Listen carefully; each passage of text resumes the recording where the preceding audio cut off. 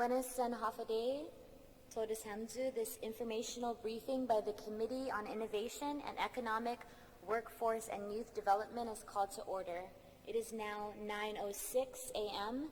For the record, and in accordance with 5 GCA Chapter 8, subsection 8107, public hearing notices were sent on Friday, May 5th, 2017, adhering to the 5 days notice, and a second public notice on Wednesday, May 10th, 2017, 48 hours prior to today's briefing. In addition, this informational briefing was noticed on the Legislature's website, www.guamlegislature.com. Joining me here this morning are members of the public and the Guam Department of Labor, so we want to thank everyone for joining us today. The goal of today's briefing is to highlight the ongoing work of the Guam Department of Labor and to publicize the workforce training programs and other services available to the community through GDOL. The Guam Department of Labor has a number of programs that train workers, help them find employment, and provide continued support once they have jobs. HireGuam.com, which is HireGuam.com, offers a number of resources for workers and employers, including job listings, resume building, and education and training resources. The American Job Center, located at the Bell Tower in Antigua, hosts clinics for businesses, job seekers, and employees on topics such as apprenticeship programs, understanding wage and hour provisions, and conducting an effective job search. One of the challenges that we've encountered is getting the word out to our community about these programs. We want to continue to work together with our partners at GDOL and with other labor stakeholders to better connect Guam's workers with the tools that they need to succeed. Additionally, one of our goals is going into this hearing is to support a larger public dialogue on how we can address some of the economic and workforce challenges facing our island, and beginning to strategize ways to lift up Guam's workers, employees, and all of our families. I look forward to hearing from the Department of Labor as they share any insights and solutions to the economic challenges our island and our people face through the ongoing programs and the work of the department. I hope together we can send a clear signal that workers and their families are a priority for our government, and we're committed to providing them with the resources they need to build a stronger and healthier Guam. On that note, I'd like to welcome Director of Department of Labor, Dr. Sam Mabini, and if she can join us, and whoever else from the department, please join us on the panel. And then I invite Director Mabini to just introduce her team, and again, to Dusmasi for joining us, and please proceed with your presentation.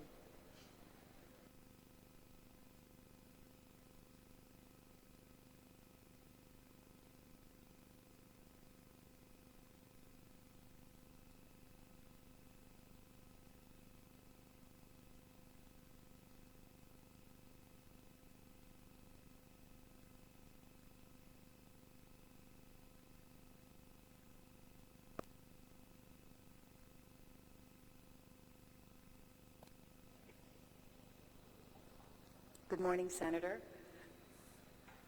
With me this morning, I brought up a few of my team leads of the divisions, just in case I would need them to help provide some detailed information.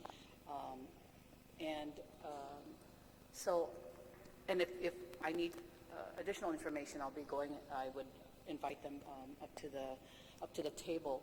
But to begin with, first of all, I appreciate your office, yourself, and the senators for their interest in the work of the Guam Department of Labor, and appreciate recognition of the efforts that we have to serve our wage earners as well as our businesses. And to start with, I thought it would be best if I share an informational briefing PowerPoint, which we will be happy to provide a copy to you that could be accessible through your division or your office, and which will also we can make available through our website. So to begin with, would that be all right, Senator? Okay, all right, great. Who's going to do that? Oh, all right. Yes.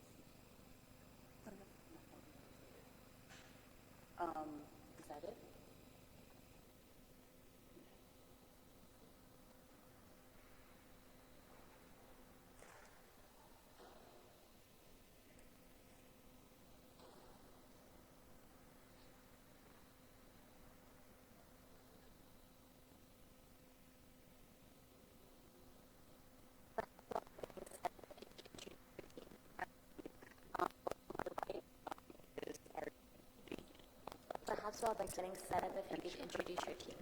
Absolutely. Well, to my right is our Deputy Director, Ms. Sil Suda, and to her right, actually, you could introduce yourself. Good morning, Senator. My name is Justin Lott, the Employment Practice Officer for GDOL. Good morning, I'm Greg Massey. I'm the Administrator of the Alien Labor Processing and Certification Division. Good morning, I'm Natalie Anderson, the Budget Analyst of GDOL. Good morning, my name is Arlene Carpero, Employment Development Review at Department of Labor, American Job Center.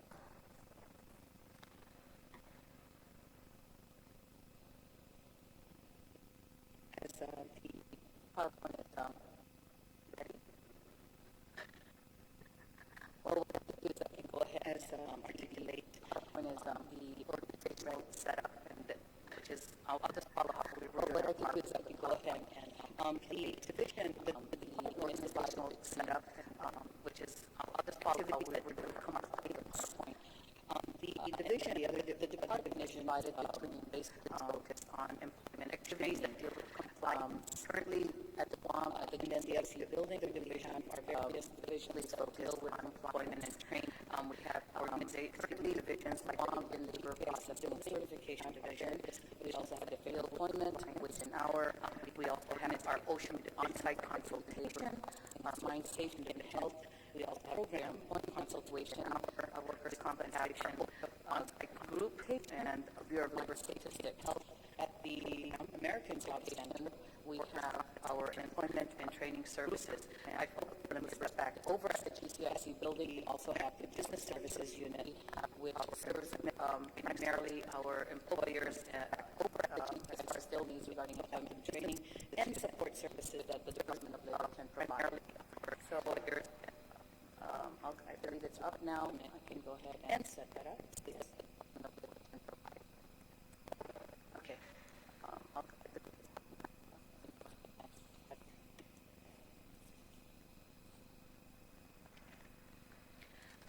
I'm going to go ahead and start with the first division that I had mentioned, which is the Alien Labor Processing and Certification Division. And that division is probably the division that's handling a lot of the issues that is in the news today, which deals with our workforce from foreign countries. So what this department does is basically they review, receive, process, and adjudicate the applications for the temporary alien labor certifications for Guam. What happens is they register all our H-2B workers that are entering on Guam, and then they also issue H-2 ID cards. They conduct, and I'm very proud of this, that they conduct regular monitoring, surveillance, and investigative activities to make sure that there's no violations of the rules and regulations. Whatever you see in the news today that deals with regarding violations, usually this division is in the background helping to provide investigative information to make sure that violations are addressed. They also compile and maintain records and statistical data, and they also enforce Guam labor laws that's relative to employment of alien workers. Okay, there we go. I'm going to try to enlarge the screen so it's a lot easier to see.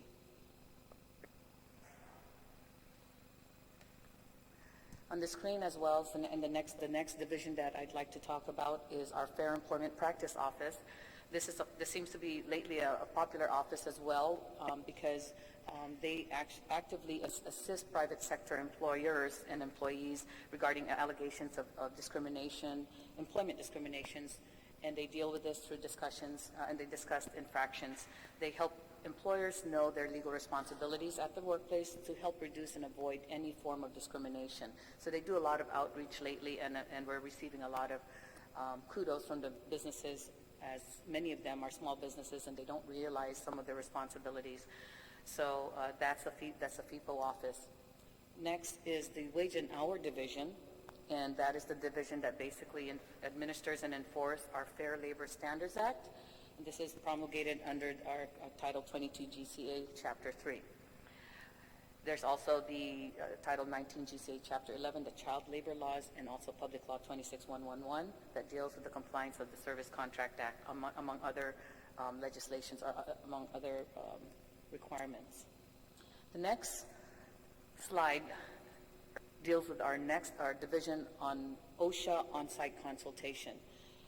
Now, this is not the federal OSHA. This is the OSHA on-site consultation services that we provide. We have an MOU, grant-supported activities that deals with working to help employers find prompt and accurate ways.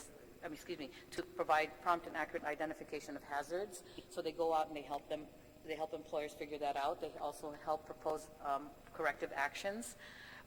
They work with employers to make sure that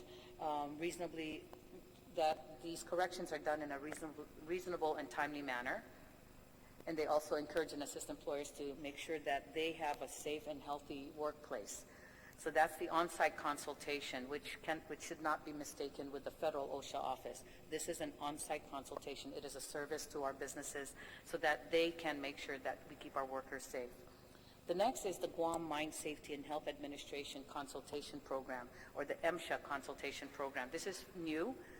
The next is the Guam Mine Safety and Health Administration Consultation Program, or the MSHA Consultation Program. This is new.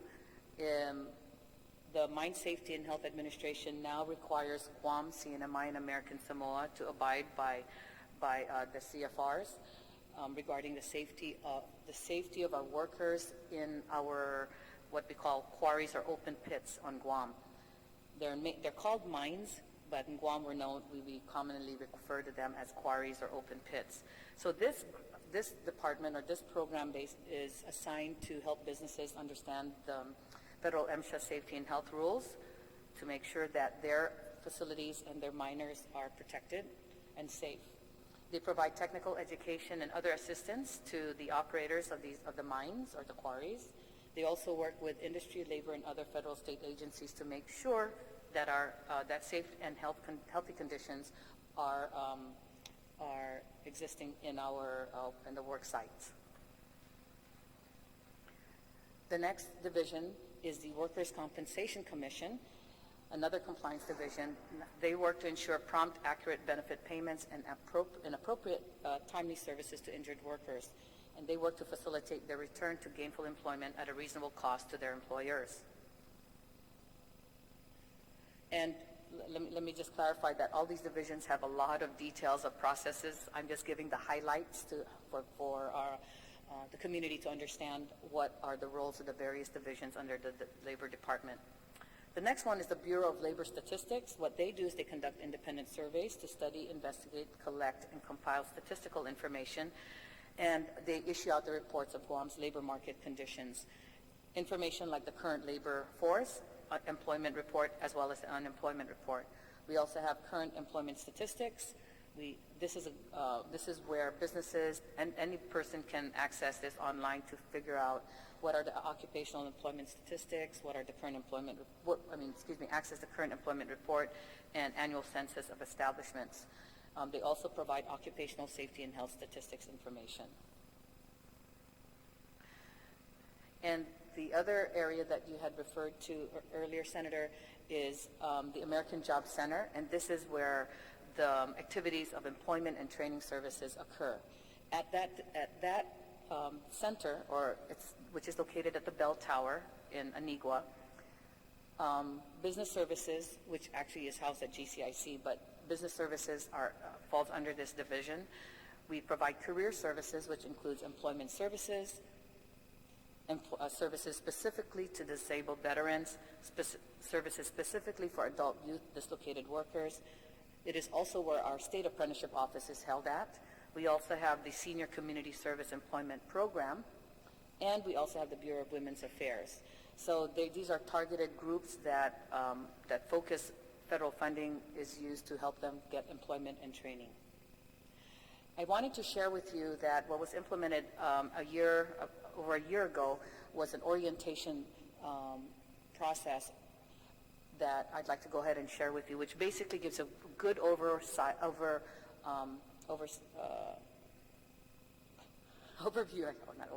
overview of what we do at the American Job Center. The reason why this orientation is presented is because when people historically have come into the Job Center, there's this assumption about what the department is supposed to offer or whatnot. And modeling other American job centers in the nation, we implemented this orientation process so that, because in availing federal funds, just like, let's say, when you apply for financial aid, there's a responsibility that you have. You have to pay the bills back or whatnot. So the orientation provides the participant and information so that they understand what programs are available, what they need to bring in, what the process looks like, and when they receive services, what their responsibilities are. So I'm going to go ahead and share with you what this is, and the reason why is because we hope that because I know from experience myself that sometimes we do have constituents who are coming and seeking employment, have employment or training needs, and through this, it'll help hopefully you understand, the senators understand that these are the services that we provide and that are available to our constituents. So it's, and I apologize if you may, I'm not sure if you can see it very clear from up there, but what we do is we provide them information about how the steps are. You come in through the American Job Center, there's a registration process, we collect information about their history, we create an orientation packet, etc., all the way to the point where our goal is to get them either training, but ultimately employment. So they go through so the first step is they actually go through an orientation. So they sit down, and I know that sometimes in actually in most cases, we can have a room as filled with 30 people, just sitting there through the orientation to learn what the process is like. So this is what they see. What you're seeing is what they see. So we explain to them that there is a registration process that you use. You mentioned HireGuam.com. HireGuam.com is the mask that people see when you go online. But in the background is what we call the virtual ones. That's the database system that tracks this information. So in order to avail of the services, the person has to register onto the system, and almost all states has a system like this. So HireGuam.com is where you register, where they register. Some people, and then if you notice, there's 3 boxes. There's some people say, I got this, I can register, I don't need anybody's help, I can put in my resume, I can search for jobs, I could do this at home in my pajamas, no need for help. The second box shows I need help, so that's where we say come into the American Job Center and we'll have workforce development specialists to assist you.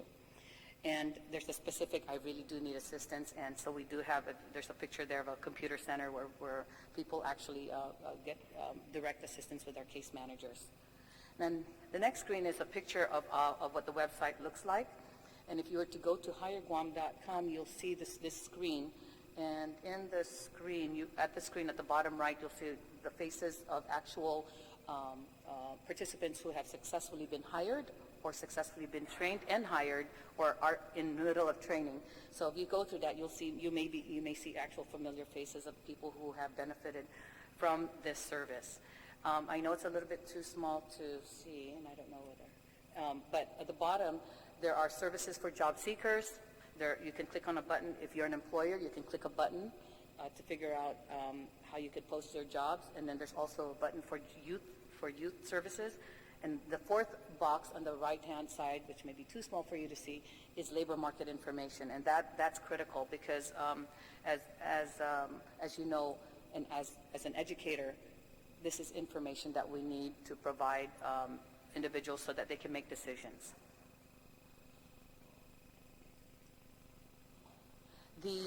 The next step that individuals go through is they figure out that when they register on HireGuam.com, there are services that are easily available at your fingertips. So if you have a relative, a friend, or whatnot who goes onto HireGuam.com, this is what they're going to go through. These are the activities or services that they can actually get right at their fingertips. They can actually see who is recruiting virtually, who are the companies out there that are looking for workers.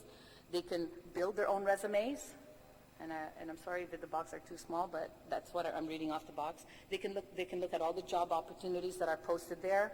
They can look at career information, like for instance, if I want to be computer technician. If I want to be a nurse, that's career information will be available so a person can make an informed decision of whether that's the kind of career they want. There's also tools and services on how to prepare for an interview. There's activities on employers who are recruiting. They can find out when employer recruitments may be happening. They can look for jobs. They can assess what their skills are, and they can also look at what kind of training is available. So all of that is available at their fingertips. It is also available face-to-face with face-to-face information. The next screen is your responsibilities, because one of the challenges that maybe we've had in the past is individuals not recognizing that there's a degree of responsibility if they're going to receive federal funding and support. So for instance, there's general information that we would need from an individual. There's a background wizard that they could use, that they have to go through to build the information.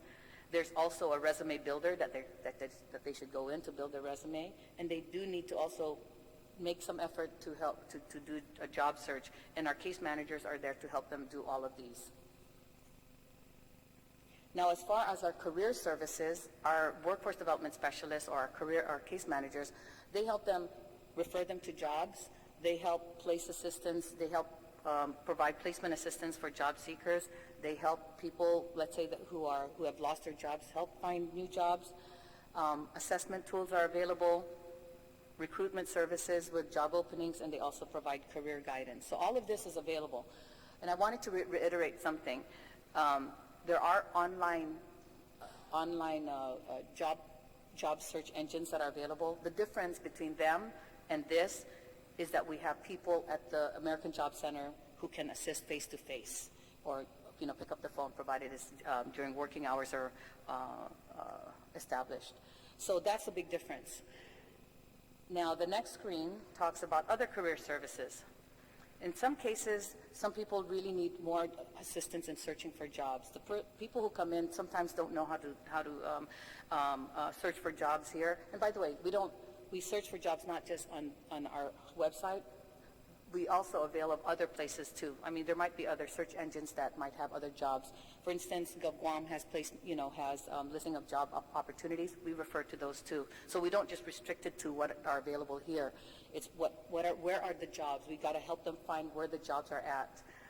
Ideally, we want every business to be posting their jobs in this, so then we have a real picture where the jobs are at, real demands or whatnot. But it is not mandatory. And I can explain that further. But we would love to see all businesses posting their jobs here. Other career services, we can do additional assessments, we can do career counseling, and what everybody's excited about is training services. We explain to the individuals that we set up a one-on-one appointment with a workforce development specialist. We explain to them that these are what you need to bring in. Please, we need to make sure that you have bring in a valid photo ID, bring in a resume, maybe samples of your employment history, just to help build their background. If they have special licenses or certification, bring that. Because, I mean, many of us who are professionals here at the table, you know that putting all of that together can be a headache. What more an individual who's stressed and looking for a job? So our case managers are there to help them pull this all together, and using technology to help pull that together. Another step 5, we explain to them that there's workshops, testing, and assessments. For instance, we put them through an interest profiler to kind of see where their interest is at. Sometimes they come in thinking, this is what I want to be. But then when they take the interest profiler, it starts showing where maybe their skills are really more at. And then they can better align that to what real jobs are out there. It makes no sense to lead a person towards a certain job, desired job, when the job is not waiting at the end. So what we're trying to do is create that match. And so that's what our workforce development workforce development specialists do. So we have tools available that they can use. By the way, these tools are available online. So you could be sitting at home and doing a lot of this on your own. Some people don't need that further assistance. That's where the American Job Center comes in. And then, so that leads to the talk to the next screen, individualized career service assistance. This is where, and there's a cycle there that explains that They look at matching the skills of the person, matching the skills with as far as their work interests and their values. They look at all of those. They try to match it to a career that works for them, and then explain to them where the careers might be sitting here in Guam, and then looking at job labor market information. And that's a little bit of that reality check about where the jobs are really at.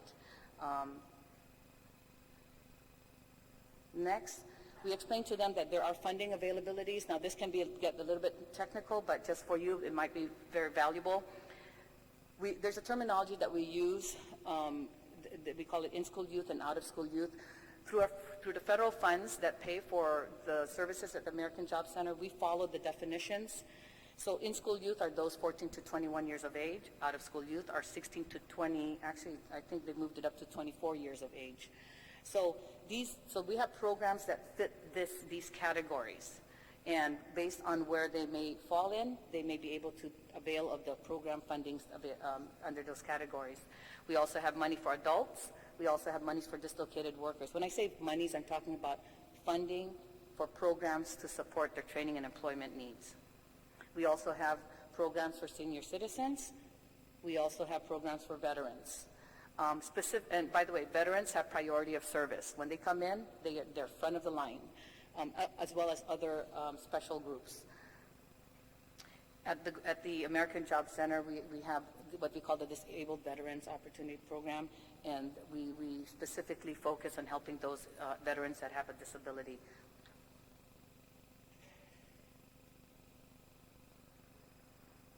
The next screen shows our employment retention and success follow-up.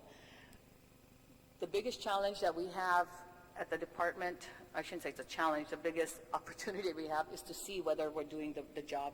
And this is required by our federal program. We are required to follow up from 6 months to 12 months after they leave the program to see where they're at. So the job doesn't end when the person gets a job or gets trained. We are required to see whether they've retained the job or whether they're still in training and so forth. And that takes a lot of time and effort. So it's a game changer for the department, and so it's a lot of work. And I appreciate the senators recognizing these efforts. So after they get their employment complete training, we have to constantly see where they're at. And if you've visited the American Job Center, we have a board that I don't have a photo, unfortunately, up here, where we have individuals who write a little note to the department, thanking or expressing their appreciation for the efforts to help them get employed. And that board is filling up. It's actually not complete.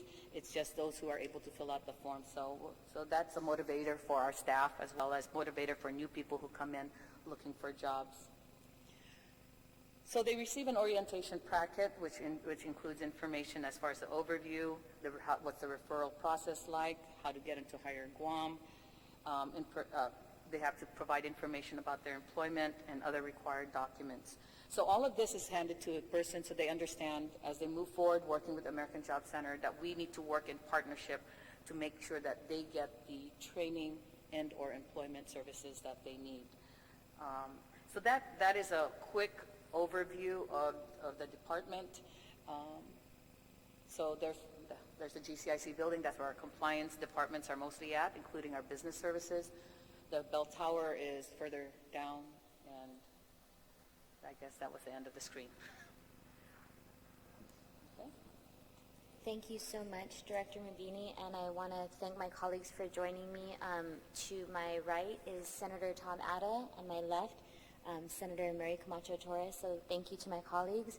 I do have a number of questions about your presentation, but I want to open it up for them to ask any questions if they'd like. So, Senator Atta. Thank you. Well, first of all, thank you very much. That was a really good presentation. I'm just sorry I didn't come. I was 15 minutes late, and I'm sure I missed a lot there. But we're now at a point where we're graduating a lot of students. What kind of outreach? Was there any outreach prior to graduation so that these students who are not going off to college and staying on island kind of have an idea of where to go afterwards to get some information? I think what I'm glad you asked that question because there's always this assumption that another agency is the one who's going to be responsible to catch them when they're coming out. A lot of those activities that you asked is actually happening within Guam DOE. So actually, I know that they have programs in-house that deals with that, various programs that's federally funded or whatnot. What we do on our side is we have various programs with schools that deal specifically with certain trades. I know that for all high schools, they have career counselors, and they have within each of the high schools built-in career technical education programs in partnerships with Guam Community College. And those are the mechanisms to help them prepare for the jobs outside, or moving on to training, technical skills training, or moving into college, which are various pathways. The outreach that we've been doing has been reaching out to the counselors to let them know about Higher Guam. So we have at least a couple schools, right, that are actively engaged with us, who are actually showing their students how to utilize Higher Guam to find where those jobs are at. Young men and women are going to do the easiest thing, Google, right? And so what we want to do is get in front of them by going to the schools and visiting them. Schools come out to us, they ask us to present to them. They have their career days, so those are the outreach efforts. We have active programs with like the JP Torres Success Academy, where we're working with them specifically in finding students who might be interested like in the construction trades. Now we're working at developing for allied health or nursing. So we're doing our part in trying to show them this is a tool, Higher Guam. These are some training opportunities, for them. But really, all of that work that you had mentioned, Senator, is happening within a Guam DOE. So that may be a question you may want to check with them what they're doing on their end to prepare for them before, after graduation. There's always this assumption that it's clearly aligned, and that is the hard work that we have in front of us to make sure that we are aligned. I think we've done a good job in some areas, but we need to do a better job in creating those alignments. So to answer your question, are we doing something to help youth understand where to go, where to find jobs? We're doing that through outreach with our counselors so that they know that this is a tool. Whether they use it or not, unfortunately, that lies with them. But we are doing our best. To add to that, the program that funds the American Job Center falls under the Workforce Innovation and Opportunity Act. And that act required us to write a state plan. That state plan is actually a combined state plan of partners.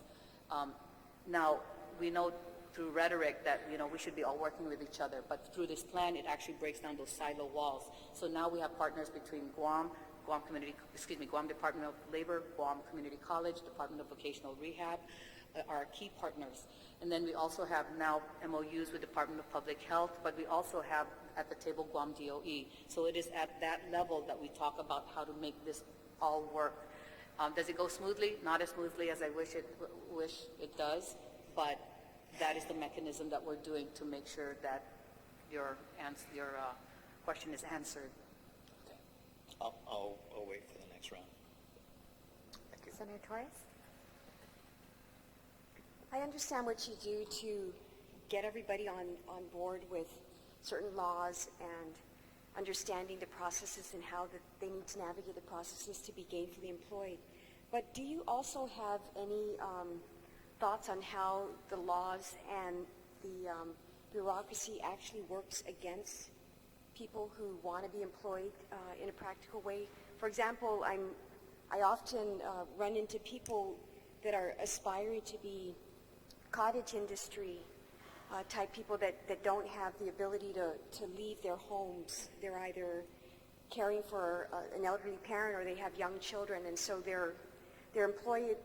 The facility of being employed is quite challenging for them, and a lot of times they want to do something, but the checks and balances and the protections that we have in place in our system often make it too cumbersome for them to embark on any sort of meaningful enterprise, right, like cottage industry. But do you have any thoughts on how the system can actually be scaled back in some instances to create opportunities for a certain type. And I'm specifically thinking about those people who perhaps were gainfully employed but are now young mothers or mothers of young children. And so the challenges of keeping up with a traditional employment outside of the house is great. But I was just thinking about that. I think that's a national question. It's not just specific to Guam. What we're doing at the American Job Center is in partnership with our other agencies, is we recognize that some are artificial barriers and some are real barriers. Some of the real barriers that we could address as public leaders is to possibly look at mechanisms to bring down some of those. For instance, we know that that $25 may not be an issue for most of us, but it can be a big deal for majority of those who are struggling. So we are using our federal funds through support services to maybe offset the police clearances, the court clearances, the cost to get a driver's license, the license fee, not to mention the education to go get your driver's license, child care costs, etc. So we've now expanded the support services that we can cover. But what we can do is look at mechanisms to create maybe waivers, perhaps, for some of those those barriers that prohibits a person from wanting to take that extra step. So some of those are low-hanging fruits, is what I call them. That what can we do to make it, to not so much make it easier, but to take down those barriers that hinders or discourages a person. So that's one. As far as cottage industry, under the WIOA, we are and can support entrepreneurial spirit, and so that the training could be there. But keep in mind that although the funds may look big, but when it comes down to the cost of training, the numbers of how many we can train are small. And we're also mandated to focus our federal funds, and we should also focus our local funds to the areas that are in most need. And there's always those little pockets, like what you had mentioned, that maybe we should focus on. And we can support those cottage industries. The thing is, for me, from a workforce development standpoint, we need data on that. We need to figure out really how many caregivers do we really need on island? What are the certification needs? Because we can certify a person, but if businesses are not willing to acknowledge the certification, then that may be moot. So data is critical. So understanding, let's say that those cottage industries, my door is open. They can sit down with me. We can talk about it. And believe you me, we've had discussions, but it's always about collecting data. How many people are we talking about? We're talking about 10, 20, 30, 50, 100, and for what period of time? And if they do get the certification, is it to get a business license or is it to get a job? So all of those have to be kind of aligned in order for us to invest the funds and for this. I'd love to see more local funding support for these kind of training opportunities. Most of our funding is coming from the federal government, and we are required to follow their mandates. Certainly a lot to think about. But there are people that now that there's a resurgence of cultural awareness and cultural pride, some of those cultural practices were being self-sustaining and having little types of things that give you just enough money to feed yourself or, pay the power bill or buy a car. So it's those sorts of, it's that other demographic that really is looking for a way of life that maybe is not traditional, or maybe it was traditional, but is not the norm now. And Senator, if you don't mind me sharing, last week we had the Micronesian Island Fair, and I saw a lot of independent business people, and kudos to them. And anybody who's run a business knows there's certain skills and knowledge that they need, how to get a business license, accounting, how to file for taxes, and all of those. And at the department, we are offering labor clinics, and through those labor clinics, we reach out to our partners out there to come in and offer free classes or training for individuals who may want to start their own business or whatnot. So we continue to find those partners. Most of those, and all of those are free of charge. They're available for businesses, they're available for individuals. We want to keep growing those, so it would be helpful if you can identify more of those groups to come in and say, okay, we'll offer a free entrepreneurial class. We'll offer free classes on how to develop your books as you run your small business, because those are the small barriers that the average person may not know about. So, like I mentioned before, Guam Community College is our partner. Any of the educational institutions, for the most part, are our partners, so we can certainly work with them to design those classes. There's just so many different trainings that may be available there. It's which ones to focus on. And if this is a very big priority, then we can come to the table and focus on, we could look and focus on that.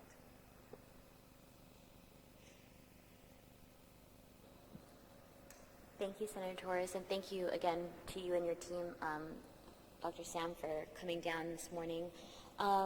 With regard to services for our people, we talked about the Hire Guam website, and you kind of saw on the screen capture of the landing page. I was actually on the radio yesterday, and I was talking about it, and I got Polly from K57 to go on, and so he's kind of like navigating through it and talking through it. So as much as your team and our team here at the Legislature can continue to spread that message and get people to check it out and to see what's available on there and help the rest of our community take a look, I think that's a good thing. You spoke a little bit about the American Job Center, so I have a couple questions about that.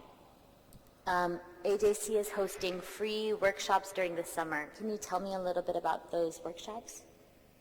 Are you talking about the labor clinics? I know we offer, throughout the year we offer free labor clinics, and those Yes. okay. So those are available on the website. It's not just during the summer; it's all throughout. Now, of course, summer may pick up because we have a lot of youth that are out of school that may want to avail of this. So those are available. I believe that's what we're talking about, the labor clinics. So, and it's available on your website? Yes, or yes, Hire yes. Guam, I believe or? on our GDOL website. And then from there, they can click on events, and a calendar should open up. Okay, great. And I wanted to talk about access to the American Job Center. So I know that there might have been discussions previously in the year, and you were working closely with the Transit Authority to make sure that the American Job Center was accessible to folks in our community. So can you talk a little bit about that? Sure. Well, first, it's been almost a year and a half now, that we had Guam Regional Transit did a pilot to have buses stop right in front of the American Job Center. Before it was always just at the GCIC, and then they would go straight on, down Marine Corps Drive. So we did a pilot, and it was proven to be a useful stop. So that is now a regular stop of our public transit system. So people go on and off that to avail of our services. Not to mention residents in the area or businesses in the area. So that's working. We have developed an MOU with Guam Regional Transit Authority to utilize one of their accessible vans. So that one is we're just still waiting on the finalization of the MOU, and basically that van it's a pilot program where they would issue the van out to the department, and through our federal funding, and we would be able to support the operation of that van, the operator, as well as the cost of, and the intention is to have that be routed through some of our major agencies, coming through, maybe through the DNA building, coming right past the legislature perhaps, and to Guam Community College or Department of Public Health, GCC, Rev and Tax, ITC, and so forth. And we would pilot that to see how effective that is to get people to and fro, not to mention maybe for needed workplace drop-offs. I mean, these are ideas. But until that van is with us, we don't have an exact route, but that was the initial concept, is that we would, because unfortunately, many of our clients need to get to other agencies because of the services that they avail. So this would be a van to get them to and fro at no cost to them. That's funded by the American Job Center. Okay, thank you. You mentioned in your presentation that Government of Guam has other job listings that might not be on Hire Guam. Why is that? Well, like I said, it's not mandatory, but we do have some government of Guam agencies that do use Hire Guam to post for their openings. I believe our autonomous agencies have used it to post for their jobs. Can you verify what other agencies, what other businesses, or government agencies? You can, yeah. I believe GWA was it, JMH had posted theirs. Mostly it's private sector, but anybody could. The legislature could post their job openings there. It's a great way to get the word out as far as, and it's not hard. You have to register to be an employer, registered employer. We do screen it to make sure it's a legitimate business so that they're not using the system as a way to shop through our clientele base, because it does have information. So as an employer, the legislature could register and post your job openings. A lot of I believe the mayor's office has done that. Yeah. Oh, one more thing. Our federal agencies, or federal contract businesses who do work with our federal or have federal contracts are required to utilize Hire Guam to post for their jobs. Great. Let's talk a little bit about workforce development. In the State of the Island address, Governor Calvo mentioned some workforce development programs, specifically some apprenticeship programs with GCC. Can you provide some more details on the status of these programs?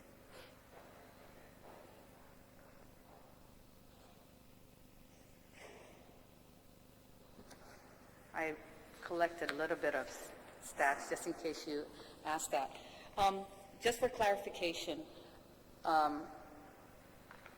Guam Department of Labor holds the Guam State Apprenticeship. The State Apprenticeship Director is myself. It's housed under the Guam Department of Labor. I think there's usually a misconception or a misunderstanding of what apprenticeship is. When we hear the word apprenticeship, we think of a trainee. You can have an apprentice here at the legislature who's learning how to be a writer or whatnot. That's an apprentice. That person is learning something on the job. A registered apprentice is where a company has an existing employee that they believe can be trained up to move to a higher to the next level. And what they could do is contact the apprenticeship office, which is at the Department of Labor, and say, hey, do you have this position? Let's say an accountant one, or let's say a bookkeeper one. Do you have that position as a registered apprentice? We check the list, and they said yes, it's in the approved list. And from there, we can discuss what training would that person need to move up from this to that bookkeeper one or whatever that position is.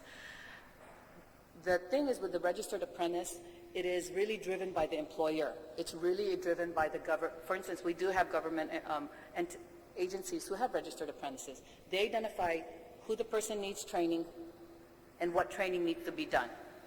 And then they contact the Labor Department to say, is this can this be a registered apprentice, where we're actually tracking what they're learning and making sure it is something that they should be learning and it's something that the employer really wants in order to move them up the ladder.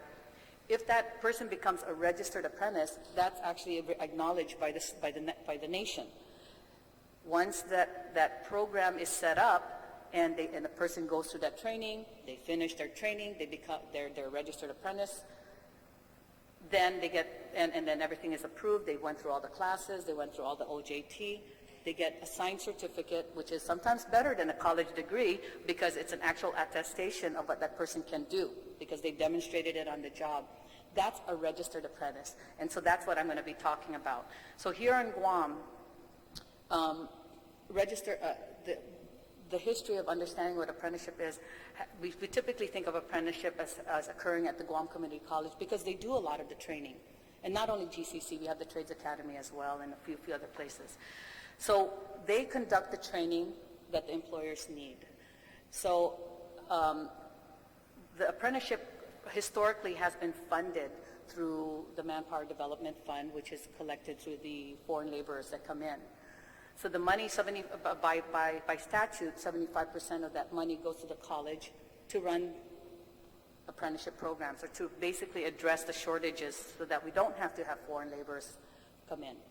So that funding is used to build apprenticeship programs or courses at the college, okay? and then, or wherever is needed to train.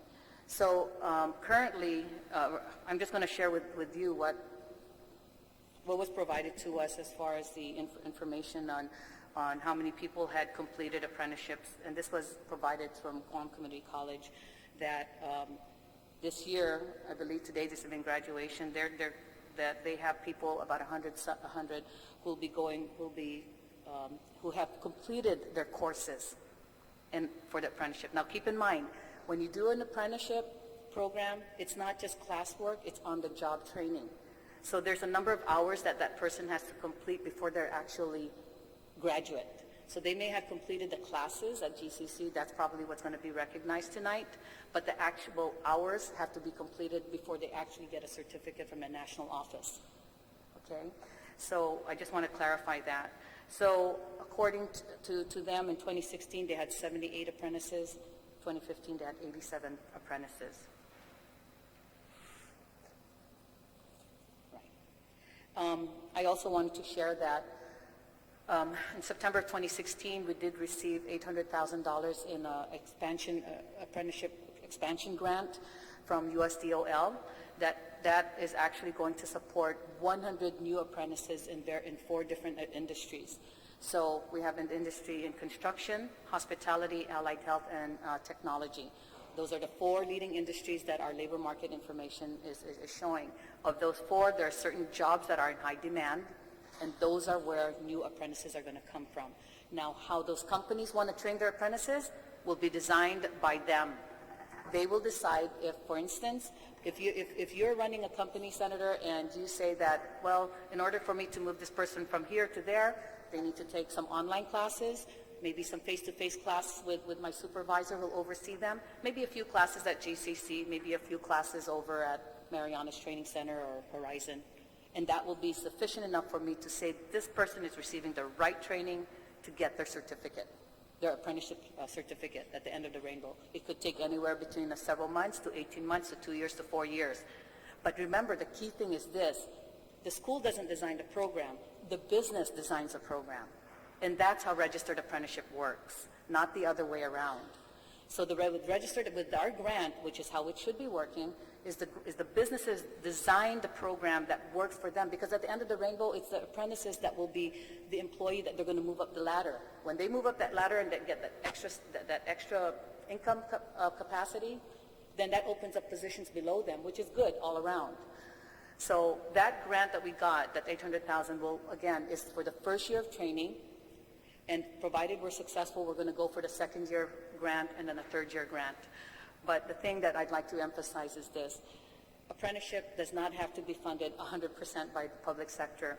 Apprentices can be supported through the private sector, through the businesses. If I own my business and I think in order for me to move this person from here to there, I need to train them up, I'll pay for that training, right? In this case, it could be a registered apprenticeship. So what I foresee, what I would love to see is not only, right now it's about 100% covered through our programs. We'd love to see a public-private partnership, and then eventually private sector can help pick up, majority of that cost. But at the end of the day, what we have to recognize is that it's an investment in our workforce. So with apprenticeship, whenever it's discussed from the Department of Labor, it is about registered apprenticeships, and it's industry-driven. Thank you.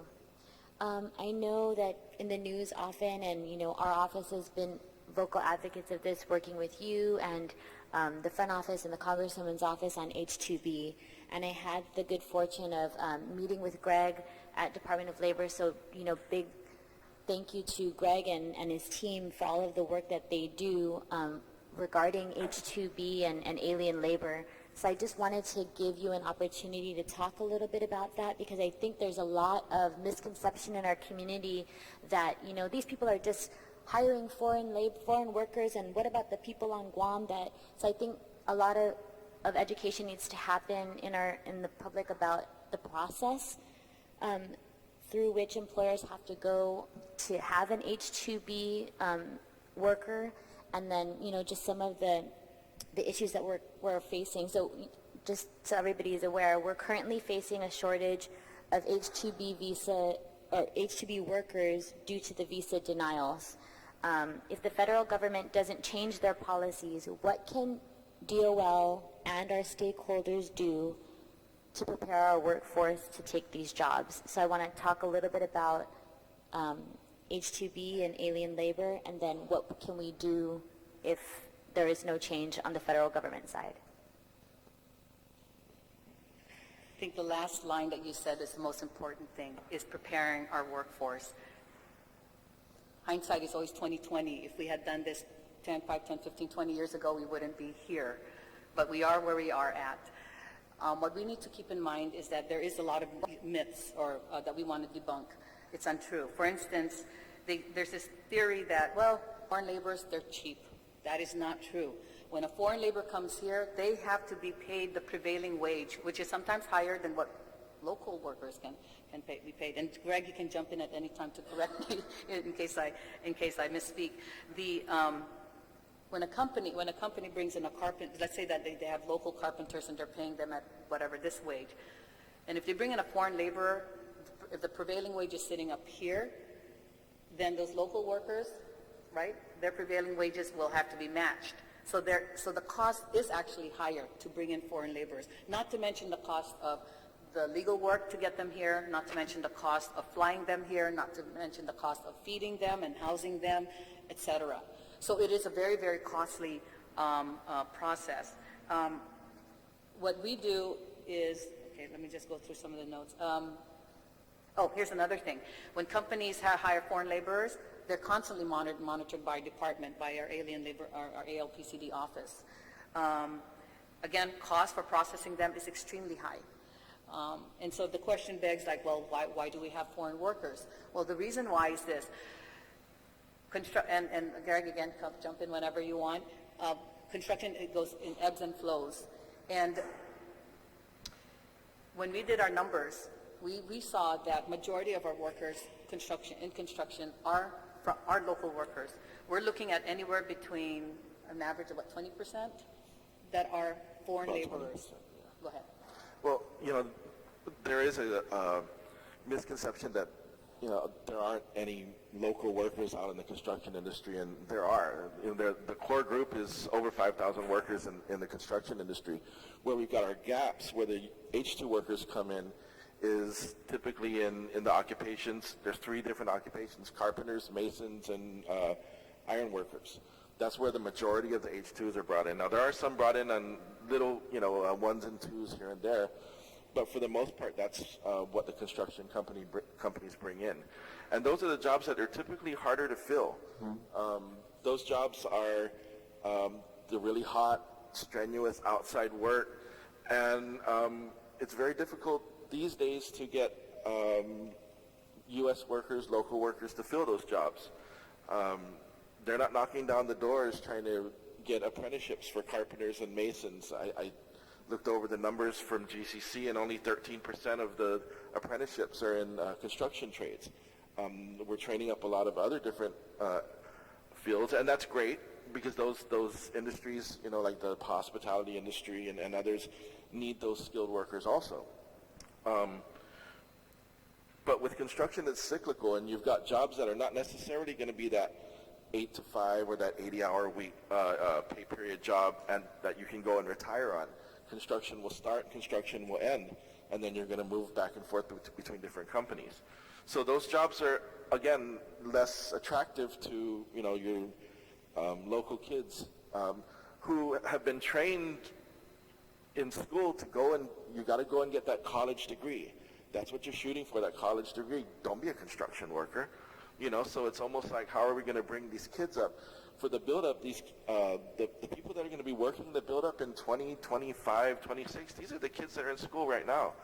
And we've got to have a fundamental shift to get these jobs, we use the term sexy, get these jobs sexy again, because nobody wants to, it's not. It's something that your parents tell you, if you don't do good in school, you're going to be, a construction worker.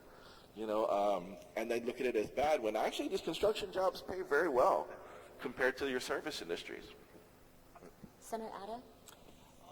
While you're debunking the myth about the inexpensiveness of foreign labor, there's also the other myth that with foreign labor, you know, they get brought in and they get paid, let's say, $1,000, you know, per pay period.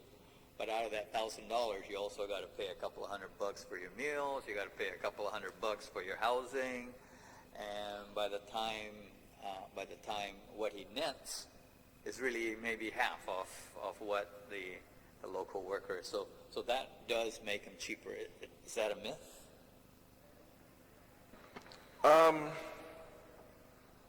Actually, with the employer somewhat subsidizing housing, that depends. Some workers may decide to live on their own, some workers may not. The typical deduction that an employer would take for housing for an H-2 is $320 a month. We pay more than that in rental. If I was a construction worker, I'm going to pay $950 or something for an apartment. And that doesn't include my food and my transportation. You know, H-2s, again, are having to be transported by the employer typically, or given a vehicle. So, you know, it's really not cheap labor. You know, there's a lot to be said about the logistics that an employer has to go through also. And thank you. Yeah, and if I could just add that the bottom line for the employer is still high, regardless of how it's divvied up. At the end of the day, that employer is looking for a reliable, qualified worker to get the job done within the required project timelines that he is expected, or else he runs the risk of, you know, of sanctions, I guess, for not completing projects. And like Greg had mentioned, these are jobs that trust me, our students are not clamoring to get. Yes, I want to be sitting there, standing there in the hot sun, and you know, and don't get me wrong, there may be a lot of people, like my father was a carpenter. He enjoyed doing that. You know, that was his passion. You know, but that's not true for everybody. Not a lot of people want to sit behind a computer all day long. That's not their forte. So it's a matter of finding the niche for those individuals. So that is the challenge that our K-12 system faces. Our teachers face is how do we encourage our young men and women to go into these career fields that really are viable career fields. And it's not just nationwide. I was just on the phone this morning with our federal officer where they're having a discussion in Los Angeles. They're struggling. They have some major state projects, whether it's dealing with a new stadium or a new roadway, highways, whatnot. They're thinking, where are we going to get our workers? So it's not just Guam. So I think historically, you're going to, from a workforce development person like myself, I'm going to say that we should have been doing this all along in preparing our workforce for these industries that we've maybe historically been getting elsewhere. It happens in the farming industry. It happens in some other states with the fishing industries, with seafood industries, with retail industries, where they bring in laborers for the peak season, and then they go home and when the peak goes down. The upside for us is it doesn't hit unemployment issues, you know, because you know, the last thing we want to do is train all these people up here, and then when the jobs disappear, now we have a high unemployment rate. So they help fill those gaps along the way. And we're looking at an average about 20% are foreign laborers, but majority are local workers. So we do have a lot of local workers. It's training them up to get them to that skilled level that the contractors need to get the job done in the required project time frame. Thank you. I also want to just welcome Senator Will Castro, who's joined us. Thank you, Senator. One last point on H-2B. I also wanted to touch on, and maybe you or Greg could answer this question. I want to talk a little bit about the Manpower Development Fund. So people think that these H-2B laborers come and you have to pay a certain fee, but I just want to talk a little bit about how some of that money goes back into our community for workforce development. By statute, the fundings that are collected from each foreign worker, 75% goes to the Guam Community College, and then the other percentage, go ahead. 70% goes to GCC, and how much was the percentage goes to the public health? 30. Okay, so the fee is $1,091. $91 of that goes to public health to fund housing inspections. And then the remaining $1,000, 70% goes to GCC, 30% comes back to us. Out of that 30%, the first $100,000 funds the unemployment report, and then the remaining stays with us to defray the cost of the program. But isn't that funding source drying up? Well, right now it is. Of course, the minute that we get some traction on getting approvals, I expect that there's going to be a mass importation back up to the normal levels that we have kind of a baseline level of about between 1,200 to 1,500 workers. We're down to 138 right now. That's how many's on island right now. So yeah, once we get some traction on getting approvals, I expect that those numbers are going to go, back up to normal levels. However, yes, right now collections are almost nil. And I just wanted to clarify, earlier I mentioned about the expansion grant where we did get $800,000, so that's kind of helping to offset that. So we were awarded that in September. That's the grant monies that we're going to continue, that's going to be used to continue paying for new apprentices. So that's fortunate that we were able to use that to augment. Not to mention the Workforce Innovation Opportunity Act also allows us to support apprenticeship programs as well. But again, we just have to remember, registered apprenticeship programs are directed by the industry, by businesses.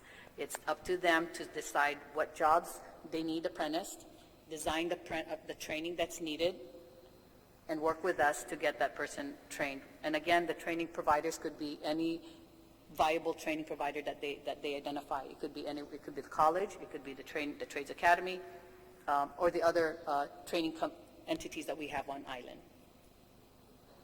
Thank you. I'd like to talk a little bit about workers' compensation. So we've heard from constituents who are confused about the process. Sorry. Sure. Senator Ada, sorry. Yeah. I just have a question about on one side of the coin, your agency provides at least some kind of path for, and in particular, I'm kind of concerned about the high school graduates coming out, right? But on the other side of the coin is there incentives available that's made available to prospective employers to, so that I'll be willing to take the time to let's say, train up? So what might those incentives be? I'm glad you asked, because we do have good programs that our business services unit is working on informing our businesses what are these incentive programs. One of them is what we call the work experience program. We have young men and women or adults who come in who are hitting the walls because they can't find a job, either because they're not skilled or they want to switch careers because there are no jobs in this area. So some of them may not have the work experience to move into that other arena. And so let's say, for instance, we have a young man and woman, or young man or woman who comes in and wants to go into the retail trades, or maybe wants to work for the government, or wants to be a carpenter, whatnot. Provided that they meet the qualifications to avail of the federal funds. Once they become a participant, we align them with the training. We identify what their career pathway would be, and then we find that we have work sponsors. We have a work sponsor agreement with various companies on island where they open the doors to bring that person in to develop their work experience. The incentive there is that as a participant, they can get up to 6 months of their salaries covered through our grant. So we, in essence, are really taking the risk of not the employer, because they're covering the 825. If the employer wants to pay $10, they can pay that difference. But we will pay what they want, their salaries over the 6 months, to give that person the opportunity to gain the experience they need. Kind of see, this is what they want. Do they have the skills that they need? We have to up if they need, what they work for, and us, the employers, they actually have a chance to see in those first 6 months, is it here they fit? We have circumstances where they do say yes, and within maybe 3 months they hire them. Or at the end of 6 months they say they're good fit and they hire them. If not, at least those 6 months give that person a training that we can manage the case management and find another company. Then the company says, well, training is provided by us a lot. The case managers have the task to find their employers to learn them up and move them. So the incentive is training is provided by us in partnership with the business as 6 months. It's trained by, there's not an employee, they are trained. So we are working in a partnership with a business partnership that we understand as a help, as training. So you train them in these areas that pick up that young man in box and whatnot, right? That they're actually trained in, and then those 6 months, can that you train them in these areas, they're not a chance to make these boxes, monitoring that they're exactly doing what they're being trained doing, and those exams will give them a chance. So that is an incentive. Give us a chance to make sure the incentive is that they're exactly a good, if through the registered apprenticeship, they could also avail of the other Guam registered apprenticeship program, in which 50% of the associated cost for training gets avail of the tax break. The Guam registered apprenticeship program. Have you identified any legislative obstacles to these people? Like, for example, there's a requirement, I guess everybody wants to get police clearance. And police clearances are, they're about 25 years, and they're only good for like 30 days. I mean, things like that, is that a legislative obstacle that could possibly be addressed? Yes. Right now, what we have done is through our federal funding, we've included that as a cost that we can help cover to help support the participants. But it would be great if some measures could be made in which maybe those could be waived for participants, because those can be barriers. If it's $25 to pay for gas versus $25 to pay for police clearance, yeah, it can be a barrier. It could be simple. It could be as simple as maybe an MOU between the departments in which maybe those could be waived. I'm not sure if legislation would be necessary, but how we're addressing it is thinking outside the box and finding all those barriers and seeing how our federal funds can help pay for those services. Like for the first time, we're going to be providing the cost of going to driving school. That's an expensive cost for the average person to need to get a driver's license, right? I mean, we have a budget of driving school, so now we can help cover those. But as far as legislation, you're right. I mean, maybe something could be done for trainees. And remember, these are considered trainees. Thank you. Actually, Senator Ada, there is a bill that's before the committee. We had a public hearing on it, and Senator Torres is the author of the bill. So I just wanted to give her an opportunity to give us an update on that. Thank you. As you recall, one of the concerns with the Fair Chances Upon the Hiring Process Act, which is my proposed bill 40-34, one of the concerns was specifically asking for police and court clearances. And part of it is the information that's contained in it as a barrier, but the other obstacle too is the cost. And so I know that in the public hearing that was one thing that was brought up, and so we fine-tuned that. And with the help of my very good committee chairman, maybe we can start moving on advancing that bill to go before the floor. But it does relate to other constituents, but I think in general that barrier is a barrier for most people that have financial restrictions. So just want to let you know we figured out how to make it work.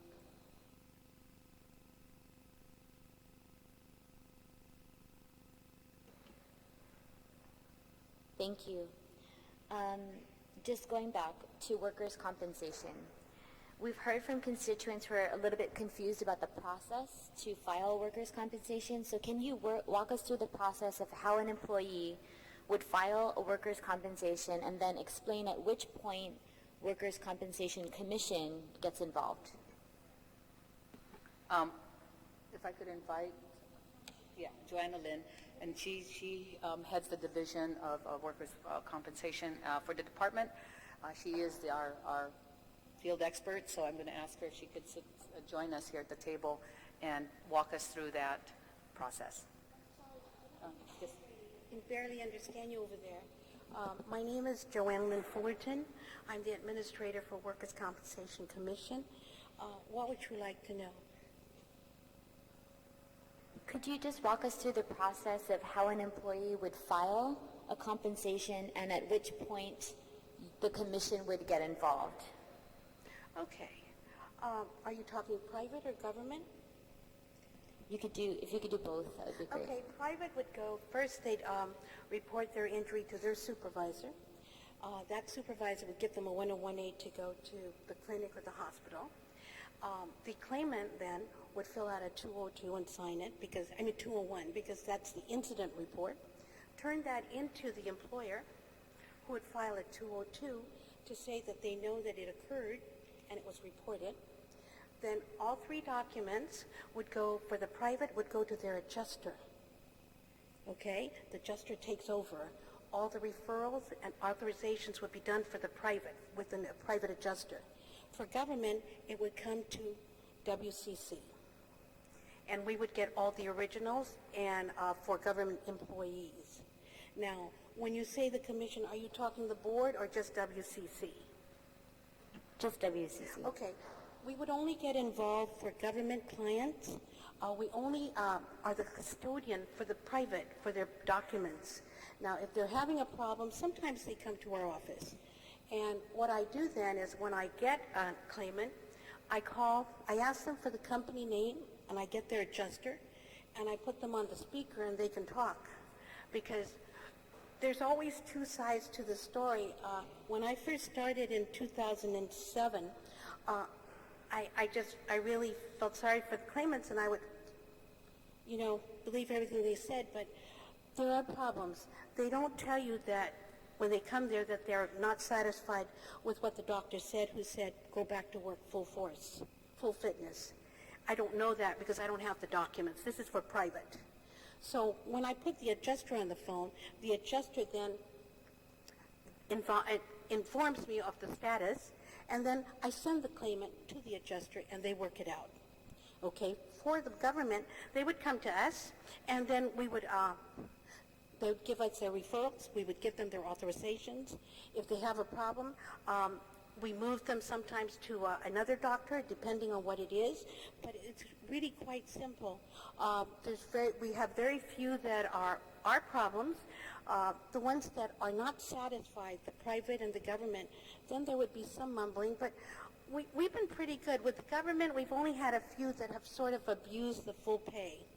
With the private, they only get up to $250, and that's very, very little. But some of them don't feel that they should go back to work. But it isn't the commission. Can you just repeat that? They only get $250. Yes, well, it's all in the answers here. For the private, it is only up to $250 a week and not more than $250. So, sorry, $250. $250. A week, yes. And even if you're making $1 million a year and you're a doctor and you're hurt, it's only $250 a week. And who pays that out? Well, for the private, it would be the adjuster, the carrier. For Guam, it's full pay, standard pay. Some people get night differential overtime. That's not included, especially like the policemen and the firemen, and maybe at the hospital. I don't know. We don't have overtime at GDOL, but they get standard pay up to $100,000. We've had a few government that have reached $100,000 and a little bit more because billing made a mistake, but we've only had a few. As far as the private, they can only get TTD and PPD up to $100,000, not more. And that includes their disfigurement. Excuse me? I'm sorry.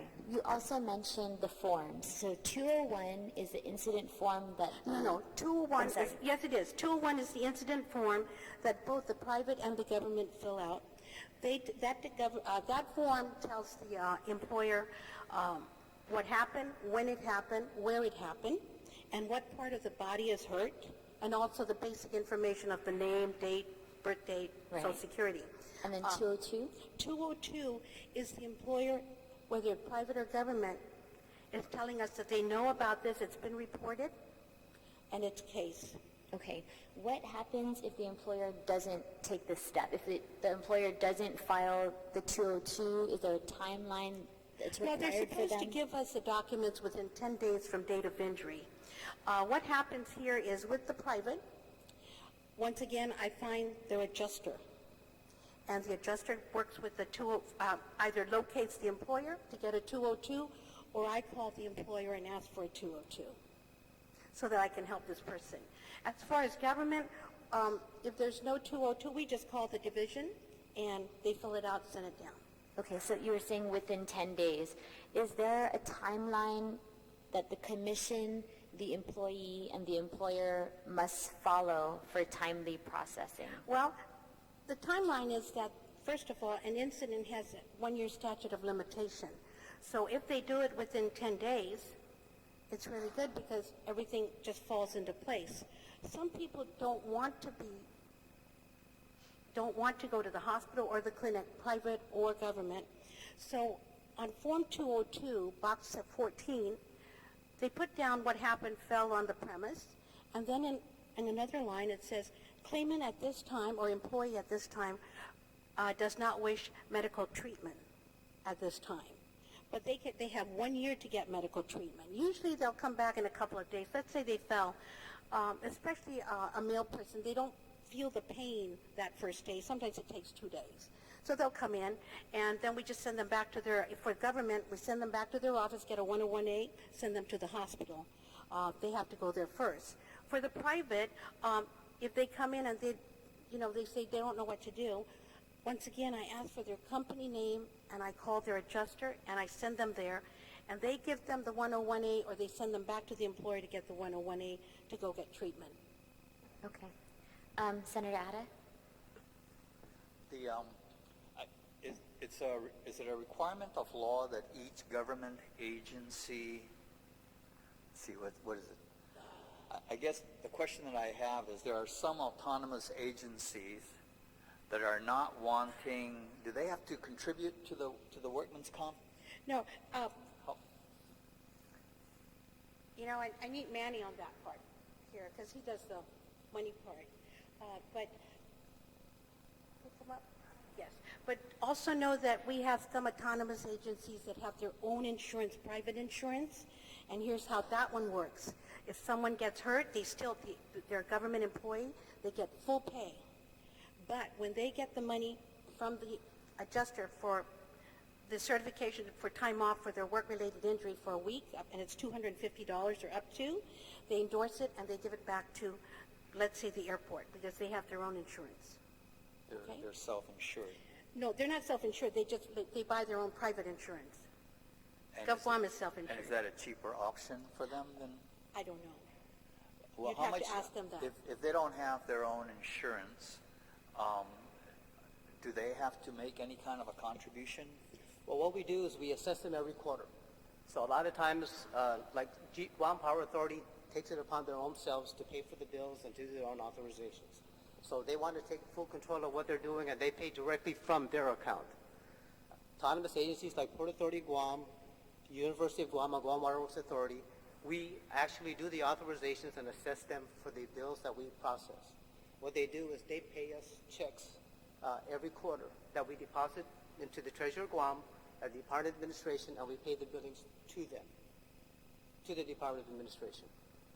So there's only certain autonomous agencies like GURA, Airport Authority, that opt to take their own and get their own workers' comp insurance from an adjuster or carrier.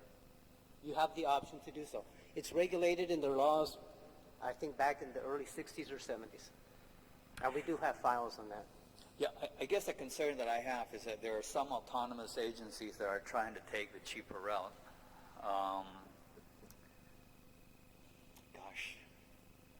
I know that in the case of the Port Authority, they've been wanting to kind of like self-insure because how much they have to pay into the workman's comp. Yeah, see, the problem they're having with that is there's still ongoing pre-existing injuries of claimants for maybe even 10 years ago.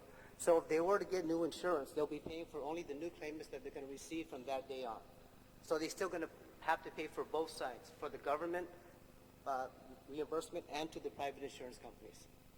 So they're stuck in a position where they have to get both if they're going to plan on doing that. Yeah. Okay, I guess I'm just, I just feel so ignorant about. Well, see, basically also is everything is all doctor certified. So you get injured on the job, everything we follow is doctor certification. Whether you need to see a specialist, whether you're time off from work, whether you need to get surgery, or physical therapy or chiropractor, everything is doctor certified. it's a referral-based system. We don't actually do things without referrals. So, easy way out, I don't know, because we will honestly follow what the doctor says, what the doctor prescribes and recommends. Okay, all right. We're not going to, well, you're not going I to. think what you also need to know is some workers' comp cases, the injuries are for life, okay?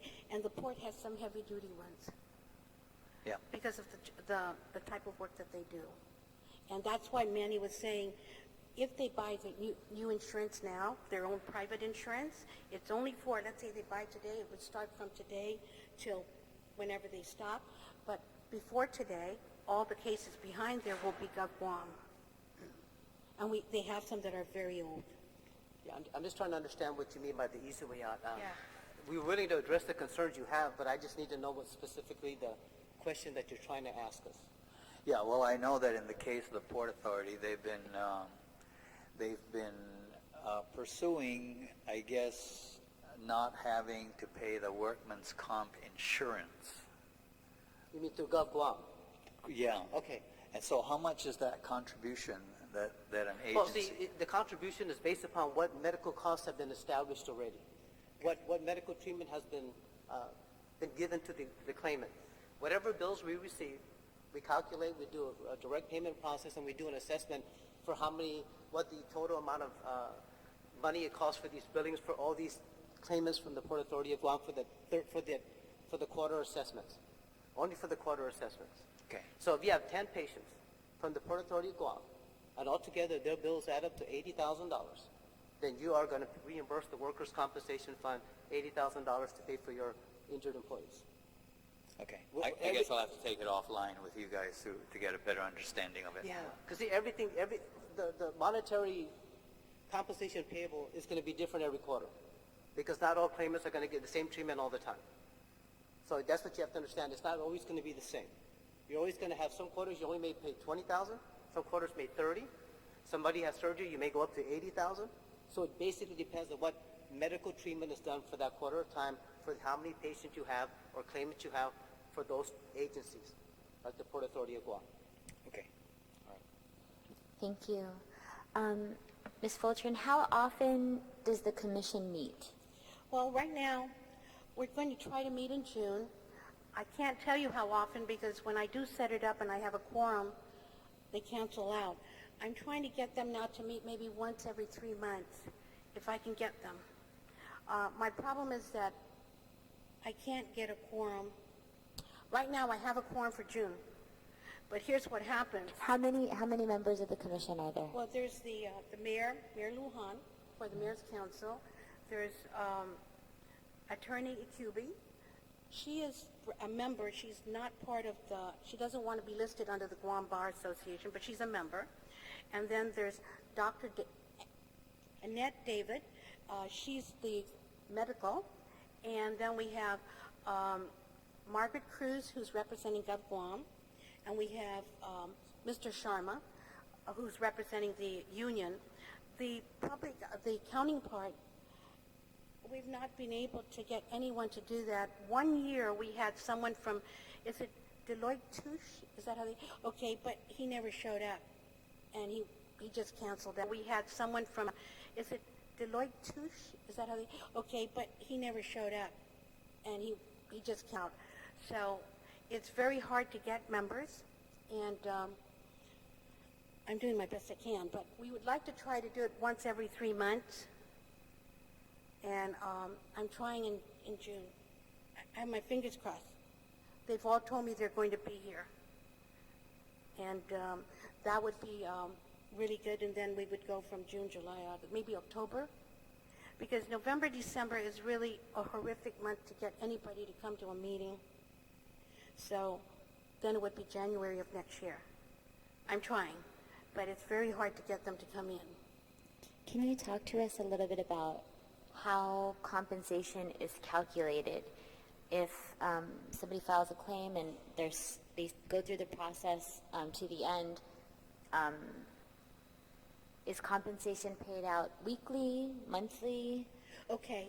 For the private, it depends on the adjuster. They talk to their claimants. They can get up to $250 weekly, bi-weekly, or monthly. okay? And that's for temporary total disability. Of course, with certification from the doctor, they just don't go in and say, I don't feel well because I fell down. They have to get the certification from the doctor in advance, and then the adjuster pays them. They sit down, they say, okay, we'll pay you every 2 weeks or every week or once a month. For the government of Guam, they get their full pay if they have certification to be off. If they take time off on their own and there's no certification in advance, it's sick leave, annual leave, or no pay. As far as PPD, which is lump sum for private, they have to have they've got their operation, and the doctor has to give them the impairment rating. And we don't have a lot of those lately. It's up to the doctor who gives the impairment rating, and then the adjuster talks with the claimant, and they give me the impairment rating, and I do the calculations for them. Okay? For GovGuam, we have very few that get lump sum. I think maybe 4 or 5? In the past, maybe 5 years, maybe 2? Maybe 2. Because a lot of times the government salaries are pretty high. So the ceiling, the maximum you can get is $100,000. You make $50,000 a year on your regular salary. You're going to complete that in 2 years. A lot of patients that do have surgery are going to be out probably for that long of a time, based upon the severity of their injury. Can you tell us a little bit about what the minimum amount of compensation an employee can receive and the maximum amount of compensation? Well, the minimum would be up to $250 a week, no more. The maximum would be $100,000, counting the TTD, which is temporary total disability, and if they get an impairment rating from the doctor for a lump sum. Is this comparable to the minimum and maximum in the nation? You know, I think I answered that question where... it varies state by state. Okay. It's my understanding that many states have tied the minimum and maximum to the average weekly rate. Why haven't we implemented that? Well, you need to talk to, I believe, Wage and Hour. Yeah, basically, too, back in September 2011, one of the senators passed on the budget bill a rider that increased the government of Guam from $250 a week to full pay status. So basically, why it doesn't happen, well, what you're trying to say is maybe it could happen with the government, with the legislature's help. Basically, is what we're trying to look into. But government, like I said, it doesn't have to go through legislation within our office. It could be approved by the legislature at any point in time. That's why that budget bill, the rider that went into the budget bill in September 2011 increased GovGuam employees from $250 a week, well, continuous and pay 60 days, up $250 a week up to full pay status. Now, the private sector, we had meetings. A lot of senators didn't show up, but it was passed without without the meeting, the people that we were meeting through, the private sector and the government, the HR, without their, I guess, input. Excellent. Can an employer potentially prohibit their employees from filing workers' compensation claims? No. Is there any protection in place for employees that will prevent retaliation from their employer? You know, I don't have that NA for me. I would probably send them to FIPO.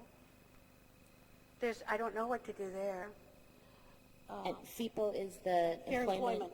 Fair Employment Protection Office. And that's at GCIC? GDOL, GCIC, yes. GCIC. Yes, Jess Sublime. You're talking about retaliation, about being fired? There are a number of ways that an employer can retaliate against an employee. Yeah, when it comes to the workers' comp, though, like I said, is if the medical if the physician certifies or recommends, then I'm pretty sure the adjuster would follow. Even though they get fired or not, the medical will still continue. That's correct. Yes. That's correct. So we talked a little bit about the forms 201 and 202. An employee and the employer must both submit separate claims. Is that? Well, it's one claim, but the employee is notifying the employer that it happened. The accident, right? I call it an incident report. That's a Okay. 201. And the employer is responding by saying he knows of the incident, and now, we're going to take it to workers' comp or to his insurance. In the event an employer doesn't submit their claim, what action can be taken? What action does the commission take? The employer doesn't submit a claim. You mean the 202? Yes. Okay, no, like I said before, I would find out the adjuster for that person. The adjuster may call the employer and they can get the 202, or I will call the employer and get the 202. So your office. Once in a while we do that, but most of these people that come in that don't have a 202, their employers have insurance. So they give me the name of the company, I look on our insurance cards, and I know who the adjuster is. We call the adjuster talks to the employee, and then the adjuster is also the one that goes to the employer to get the 202, because they can't do anything without the 202. Understood. I'm just trying to wrap my mind around what would incentivize me as an adjuster to go through this process if I'm going to be the one that has to pay out this money. Because that's her job. Because No, I she has understand, to he or she has to justify it, so they just pick up the phone and call the employer. Yeah, It's not difficult at all. yeah, to your question, if the adjuster tries not to get involved, we will be involved. Right. We will address the situation, adequately provide this claimant or this injured employee the best need possible, to get his injury treated. Of Right. course. Yeah. We're not going to turn anybody away. But like she said, like Joanne said, the first thing is to notify the adjuster, because they're the ones that are going to do the They're gonna pay. authorizations and provide the medical treatment. But if they fail to do so, of course we will get involved with them. Okay. Does any other senator have any questions? Okay. Are there any penalties if an employer doesn't submit their claim timely? It's up to $500. Up to $500? $500, yes. Okay. And then you also talked about $250 a week. That's the temporary total disability payment to the employee if they have certifications from the doctor to be off for that week or so many days. But if the employer turns in the documents within 10 days from date of injury, there's no penalty. Some take a little bit of time because some of them think that they have to get the 101B, which is the physician's report. And sometimes it's just miscommunication. I don't charge them because they're explaining it to me and I know it's happened. Some clinics and sometimes the hospital will give the claimant the 101B. But most of the time, if it's, let's say, a government claimant, they will give me the 101B with the bill. And I'm assuming that's how they're doing it with the adjuster or a progress report. So now that that company that I know that did that, it's all straightened out. They don't even wait for the 101B. They just turn in the documents. It's just knowing how to do this. We have a workshop that we do. I think mine is twice a year. Twice a year. We just finished one. I don't know if it was January, February or May. I don't remember. I just finished it. I think it was April. And it runs 3 hours. And I believe I'm going to have one this summer for 3 hours. And they're welcome to call GDOL or my office, and I can refer them to Karen Primacio, who'll take the name, email, all the information, and they're welcome to come. Okay. I know that you had mentioned the Workers' Compensation Board, and you have 5 members, and a member from the accounting field is vacant. Yes. Who appoints these? The governor. The governor appoints them. And maybe Director Mabini, do you have an update on whether or not we can make sure that that member is appointed, or is there anything that we can do to help follow up on that? Yes, I'll go ahead and follow up. It's always identifying somebody who's willing to serve on the commission. And as Joanne had mentioned, many of them are coming from the private sector, and so although we may have a quorum when we schedule it, last-minute changes, then we lose quorum. And that's sometimes what happens. We have a doctor, we have an attorney, and sometimes if they can't make it, then we have to reschedule. Do you think it would be beneficial to expand this list just to make sure that we can ensure a quorum at every meeting? So maybe additional members, what would that take? I'm going to defer that to That cuts for both ways, Deputy right? Stevens. I mean, the larger the commission, then the greater the number is needed for a quorum. Well, I would think the legislature could do that, because right now it's what is on 22 GCA, just the 6. So I just have one question about the governor appoints the members that sit on the commission. Do they require legislative confirmation? Yeah, I'm sorry. No. No, okay. But remember that the medical and the legal field, those members that are appointed are appointed by that group, and then the names are given to the governor. And I think that happens for the CPA.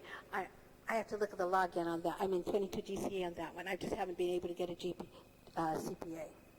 But the doctor is appointed by her group, the medical society, and the lawyer should be from the Bar Association. We didn't get one from the bar, but the governor appointed Attorney Cynthia Ikubi, and that's why we just have her listed as a member.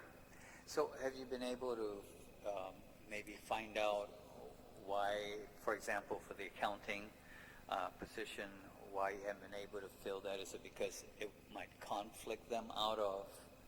No, nobody wants to be on our board as an accountant. I have tried everything. Okay, all right. I have gone to all the groups. There's another group of accountants that meet, I think, once a month or something. I've tried everyone, and no one wants to. Maybe we should change that and make it, the legislature can change it to be another group instead of the CPA. That's fine with us. Well, maybe you should provide the legislature some recommendations. Pardon me? Maybe you should provide the legislature some recommendations. Of a new group? If that is a legislative obstacle, then you might want to provide, Okay, I can work that out with the director. No problem. That's great because nobody wants to be on a board that's a CPA.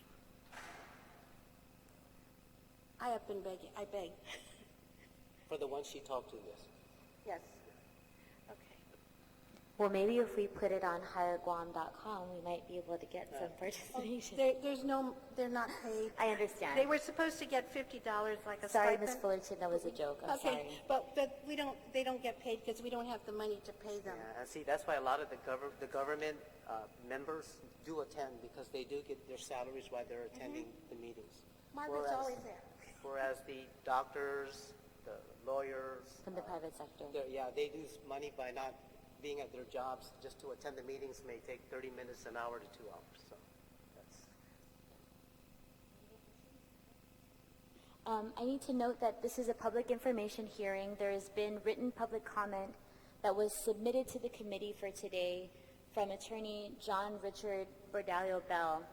I have asked that the Department of Labor Director and her team have time to review the letter and provide a written response to the committee pertaining this public input from Mr. Bell and any other written testimony submitted to the committee within the next week.